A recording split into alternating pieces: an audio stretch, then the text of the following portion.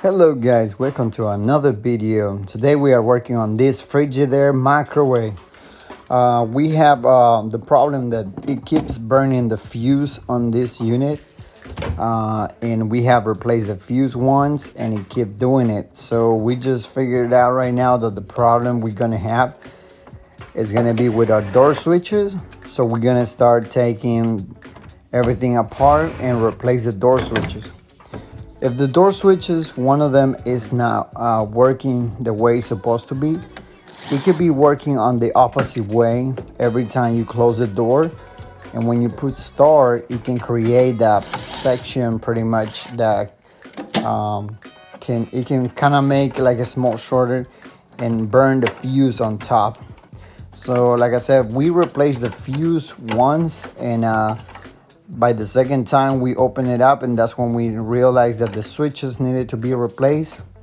We went and get the switches, and right now we're gonna replace them, and this definitely will fix the problem we having. To remove these switches, pretty much is really easy. They have like a small little clamp on the corner. You press it with the small screwdriver, and then pretty much it will slide in back in there, like you guys can see right here.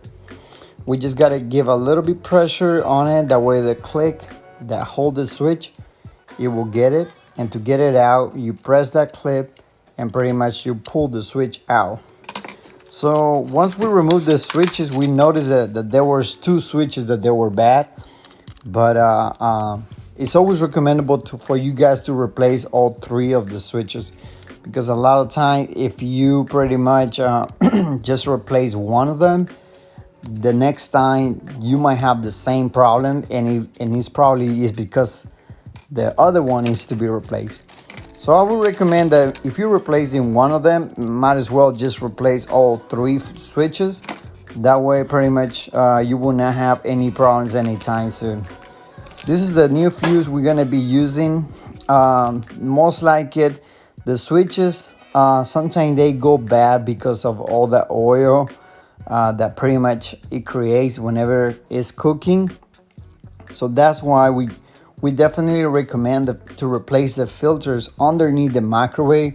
We're gonna be doing that at the end. So we're gonna be removing this other fuse that we have over here, and clean a little bit the oil that is around it, and pretty much put the new fuse, put everything back, and pretty much once we start putting everything, all the pieces back together, this microwave should be running back to normal.